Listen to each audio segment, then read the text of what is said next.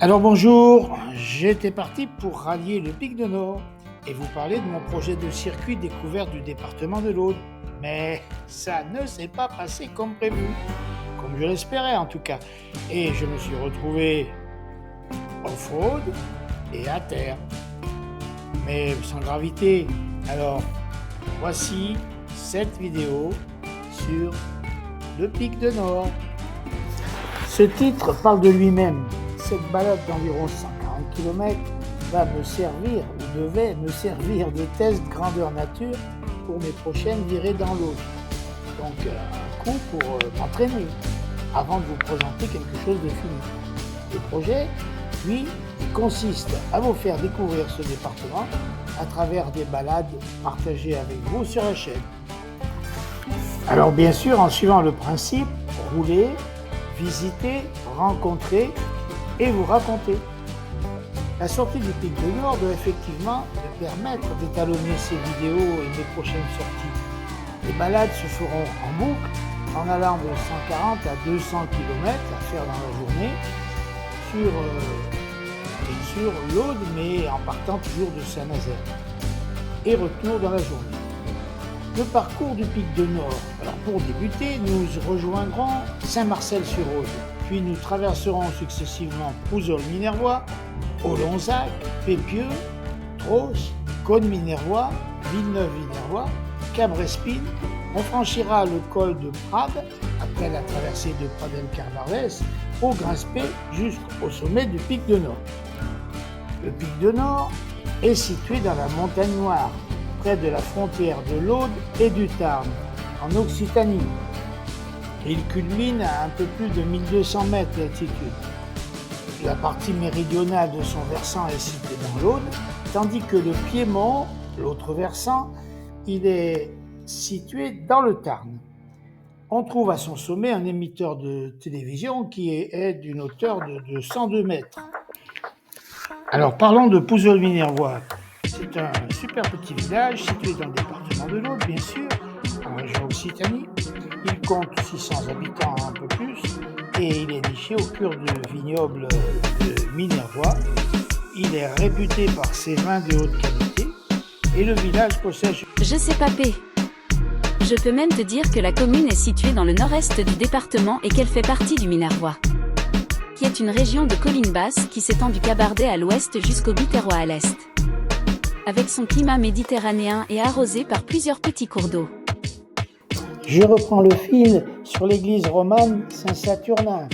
Oui, construite au XIe et XIIe siècle et depuis 1961 classée monument historique. Encore bravo Denise, mais comme je vais de fil en aiguille, j'ajoute que si son chevet est lombard, son clocher est partiellement roman. Papé, quel est le village suivant? Pépieux. Le village de Pépieux est aussi pittoresque. Il est situé bien sûr dans l'Aude et ce village compte environ 1000 à 1100 habitants. Il a une riche histoire et un beau patrimoine. C'est l'un des sites les plus remarquables de Pépieux. C'est le dolmen do Morell do Fado, considéré comme l'un des plus importants du sud de la France. Le village possède également des vestiges médiévaux tels que les remparts et une tour d'angle. L'église Saint-Étienne est classée monument historique et c'est un point d'intérêt relativement apprécié.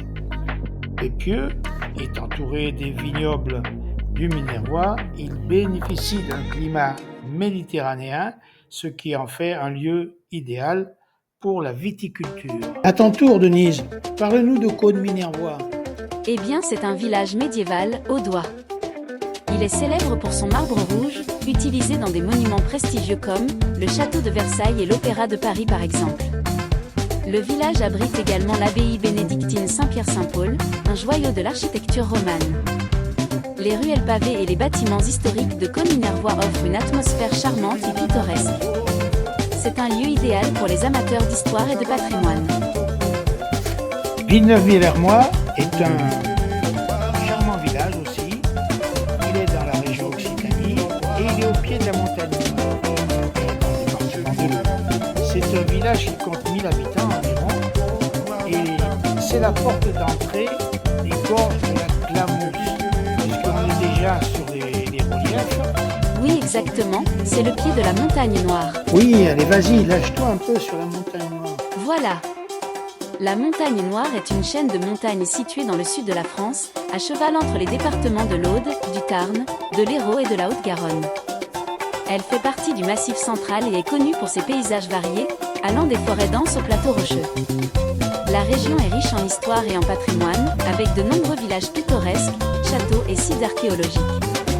C'est un lieu idéal pour les amateurs de nature et de tranquillité. Cabrespine, c'est un village exceptionnel. Il se trouve dans l'Aude, aux confins du Minervois et du Cabardès.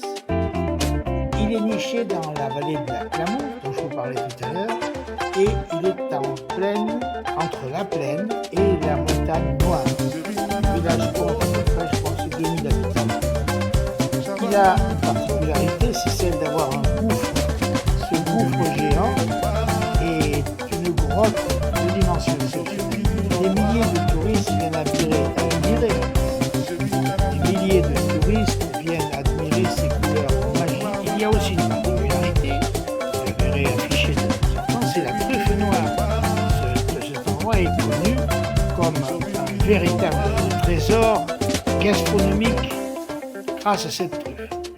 Le village possède un riche patrimoine médiéval avec des sculptures en fer forgé et des bâtiments historiques. Je devine que tu vas parler de Pradel-Cabardet, le prochain village sur ta liste. Pradel-Cabardès, on est au cœur de la montagne Noire cette fois-ci. La commune s'étend sur à peu près 20 km², un peu plus. Elle compte moins de 200 habitants qui vivent à une altitude de 841 mètres en gros. Et l'Arnette, le ruisseau de Sermejeanne, le ruisseau du Praviel, ces trois ruisseaux traversent la commune. Le village est proche du parc naturel régional du Haut-Languedoc, à la limite du Tarn et de l'Hérault. Il conserve les vestiges des silos souterrains où, naguère, on stockait la neige pour en faire des blocs de glace qui étaient utilisés toute l'année. Un lac qui est petit mais qui permet la baignade en été. En Méditerranée, on voit aussi le Corbière, le Haut-Languedoc et la plaine toulousaine. Rien du tout. Aujourd'hui, c'est manqué. Et c'est le troisième loupé de l'année.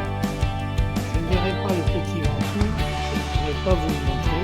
Papé, tu me promets de la refaire, cette vidéo?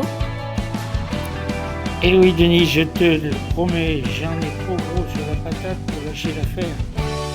Et il n'y a pas que celle-là, j'ai d'autres vidéos à terminer. Je regarde un petit peu, donc quitter ce qui s'est produit sur le chemin du retour. Je décide de faire un passage par les éoliennes de la Serre d'Oupia sur un chemin de terre et de tenter de rallier le village de Maillac. Je ne savais pas encore que j'allais arriver dans un cul-de-sac avec des pentes à 19% de moyenne.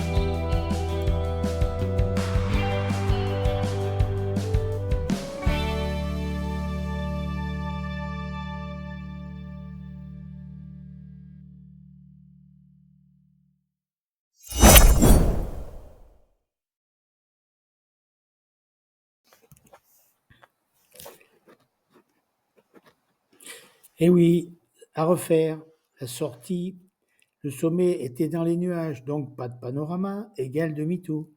Au retour, je tente une liaison off-road pour tenter de rallier le village de Maillac.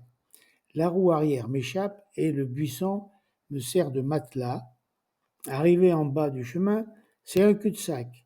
Et pour sortir, j'ai, à 2 reprises, dans les pentes les plus fortes, marché à côté de la moto qui avait tendance à se cabrer. Allez, je vous dis à bientôt pour les aventures suivantes.